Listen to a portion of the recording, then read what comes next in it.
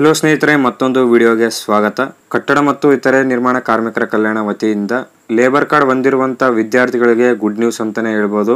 2023-24ನೇ ಸಾಲಿನ ಕಾರ್ಮಿಕರ ಮಕ್ಕಳಿಗೆ ಸ್ಕಾಲರ್ಶಿಪ್ಗೆ ಅರ್ಜಿನ ಸಲ್ಲಿಸುವುದಕ್ಕೆ ಲಿಂಕ್ ನ ಬಿಡುಗಡೆ ಮಾಡಿದರೆ, ನೀವು ವೆಬ್ಸೈಟ್ ಕೂಡ ರೆಡಿನೇ ಮಾಡಿದರೆ. 2023-24ನೇ ಸಾಲಿನಲ್ಲಿ ಬರುವಂತ ವಿದ್ಯಾರ್ಥಿಯ ಒಂದು ಸ್ಕಾಲರ್ಶಿಪ್ಗೆ ಅರ್ಜಿನ ಸಲ್ಲಿಸುವುದಕ್ಕೆ ವೆಬ್ಸೈಟ್ ನ ಪ್ರಾರಂಭ ಮಾಡಿದ್ದಾರೆ.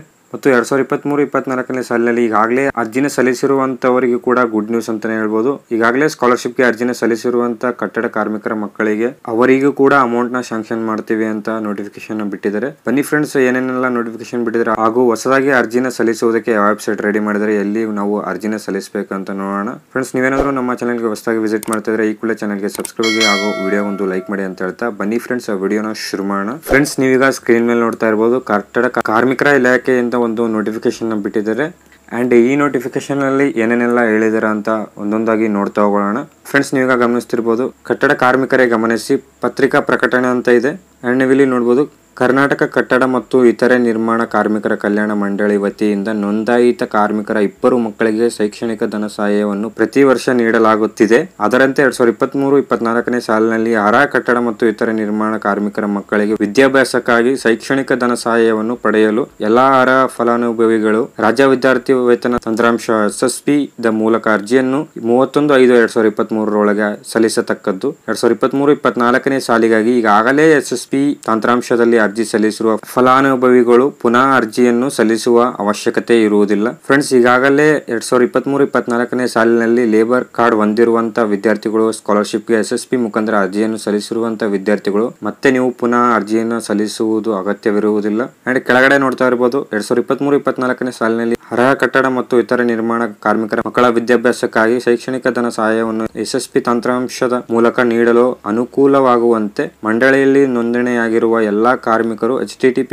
ಕಟ್ಟಡ ಕಾರ್ಮಿಕರ ಅಫಿಷಿಯಲ್ ವೆಬ್ಸೈಟ್ kbocwwb.government.website ಗೆ ಭೇಟಿ ನೀಡಿ ಈ ಒಂದು ಲಿಂಕ್ ಅನ್ನು ಉಪಯೋಗಿಸಿಕೊಂಡು ಮಂಡಳಿಯ ತಂತ್ರಾಂಶದಲ್ಲಿ ಆಲ್ರೆಡಿ ಎಕ್ಸಿಸ್ಟಿಂಗ್ ಸೇವಾ ಸಿಂಧು ಕನ್ಸ್ಟ್ರಕ್ಷನ್ ವರ್ಕರ್ ಈ ಕಾರ್ಮಿಕ ಕನ್ಸ್ಟ್ರಕ್ಷನ್ ವರ್ಕರ್ ಟ್ಯಾಬ್ ನಲ್ಲಿ ತಮ್ಮ ನೋಂದಣಿ ಸಂಖ್ಯೆ ಮತ್ತು ಉಲ್ಲೇಖ ರೆಫರೆನ್ಸ್ ನಂಬರ್ ಸಂಖ್ಯೆಯನ್ನು ನಮೂದಿಸಿ ಆಧಾರ್ ಸಂಖ್ಯೆಯನ್ನು ಲಿಂಕ್ ಸೀಡ್ ಮಾಡತಕ್ಕದ್ದು. ಫ್ರೆಂಡ್ಸ್, ಈಗಾಗಲೇ ಅರ್ಜಿನ ಸಲ್ಲಿಸಿರುವಂತಹ ವಿದ್ಯಾರ್ಥಿಗಳು ಅಫಿಷಿಯಲ್ ಕಟ್ಟಡ ಕಾರ್ಮಿಕರ ವೆಬ್ಸೈಟ್ ಆದಂತ kbocwwb ವೆಬ್ಸೈಟ್ ಗೆ ಭೇಟಿ ನೀಡಿ ನಿಮ್ಮ ಆಧಾರ್ ಸಂಖ್ಯೆಯನ್ನು ಲಿಂಕ್ ಅನ್ನು ಮಾಡುವುದಕ್ಕೆ ಅವಕಾಶವನ್ನು ನೀಡಿದ್ದಾರೆ. ಅಂಡ್ ಈಗಾಗಲೇ ಅರ್ಜಿಯನ್ನು ಸಲ್ಲಿಸಿರುವಂತಹ ವಿದ್ಯಾರ್ಥಿಗಳು ಈ ವೆಬ್ಸೈಟ್ ಗೆ ಭೇಟಿ ನೀಡಿ ನೀವು ಲಿಂಕ್ ನ ಮಾಡಬೇಕಾಗುತ್ತೆ. ನೀವು ಪುನಃ ಅರ್ಜಿನ ಸಲ್ಲಿಸುವ ಅಗತ್ಯವಿರುವುದಿಲ್ಲ. ಈ ವೆಬ್ಸೈಟ್ ಗೆ ನೀವು ಭೇಟಿ ನೀಡಿ ನಿಮ್ಮ ಆಧಾರ್ ಕಾರ್ಡ್ ನ ಲಿಂಕ್ ನ ಮಾಡ್ಕೊಳ್ಳಿ ಅಂತ ಹೇಳಿದ್ದಾರೆ. ಅಂಡ್ ಕೆಳಗಡೆ ನೋಡ್ತಾ ಇರಬಹುದು, ಮಂಡಳಿಯಿಂದ ಶೈಕ್ಷಣಿಕ ಧನ ಸಹಾಯವನ್ನು ಪಡೆಯಲು ಇದು ಅತ್ಯವಶ್ಯಕವಾಗಿರುವುದರಿಂದ ಈಗಾಗಲೇ ಆಧಾರ್ ಸಂಖ್ಯೆಯನ್ನು ಲಿಂಕ್ ಸೀಡ್ ಮಾಡದೇ ಇರುವ ಎಲ್ಲಾ ಕಾರ್ಮಿಕರು ಕಡ್ಡಾಯವಾಗಿ ದಿನಾಂಕ 30/6/2023 ಒಳಗಾಗಿ ಆಧಾರ್ ಸಂಖ್ಯೆಯನ್ನು ಲಿಂಕ್ ಸೀಡ್ ಮಾಡತಕ್ಕದ್ದು. ಫ್ರೆಂಡ್ಸ್, ಈಗಾಗಲೇ ಅರ್ಜಿಯನ್ನು ಸಲ್ಲಿಸಿರುವಂತಹ ವಿದ್ಯಾರ್ಥಿಗಳು ನಿಮ್ಮ ಆಧಾರ್ ಸಂಖ್ಯೆಯನ್ನು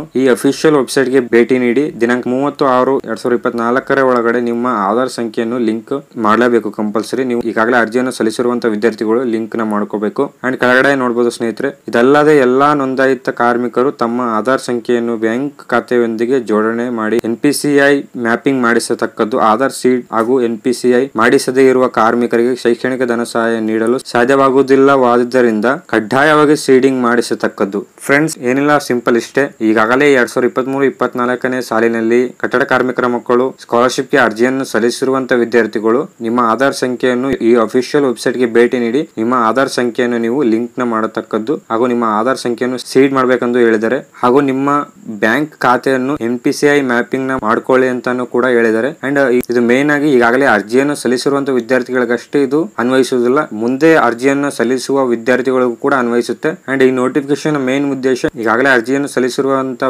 ವಿದ್ಯಾರ್ಥಿಗಳು ಅಮೌಂಟ್ ನ ಪಡಿಬೇಕಂದ್ರೆ ನೀವು ಆಧಾರ್ ಸೀಡಿಂಗ್ ಮತ್ತು NPCI ನ ಕಂಪಲ್ಸರಿ ಮಾಡಲೇಬೇಕು. ಅಂಡ್ ಇನ್ನು ಯಾರೆಲ್ಲ ಲೇಬರ್ ಕಾರ್ಡ್ ಸ್ಕಾಲರ್ಶಿಪ್ ಗೆ ಅರ್ಜಿಯನ್ನು ಸಲ್ಲಿಸಿರುವುದಿಲ್ಲ ಅಂತ ವಿದ್ಯಾರ್ಥಿಗಳಿಗೆ ಒಂದು ವೆಬ್ಸೈಟ್ ನ ರೆಡಿ ಮಾಡಿದರೆ, ಆ ವೆಬ್ಸೈಟ್ ಮುಖಾಂತರ ನೀವು ಇನ್ನು ಯಾರೆಲ್ಲ ಅರ್ಜಿನ ಸಲ್ಲಿಸಿರುವುದಿಲ್ಲ ಅಂತ ವಿದ್ಯಾರ್ಥಿಗಳೆಲ್ಲ ಆ ವೆಬ್ಸೈಟ್ ಮುಖಾಂತರ ನೀವು ಅರ್ಜಿನ ಸಲ್ಲಿಸುವುದಕ್ಕೆ ನೀವು ವೆಬ್ಸೈಟ್ ನ ರೆಡಿ ಮಾಡಿದ್ರೆ ಅಂಡ್ ನೀವು ಅದೇ ವೆಬ್ಸೈಟ್ ಅಲ್ಲಿ ಹೋಗಿ ನೀವು ಅರ್ಜಿನ ಸಲ್ಲಿಸಬೇಕಾಗುತ್ತೆ. ಅಂಡ್ ನೀವು ಅರ್ಜಿನ ಸಲ್ಲಿಸಿರುವಂತಹ ವಿದ್ಯಾರ್ಥಿಗಳು ಎಲ್ಲಾ ಕಂಪಲ್ಸರಿ ನೀವು ಆಧಾರ್ ಸೀಡಿಂಗ್ ಮತ್ತು NPCI ನ ಕಂಪಲ್ಸರಿ ಮಾಡಿರಲೇಬೇಕು.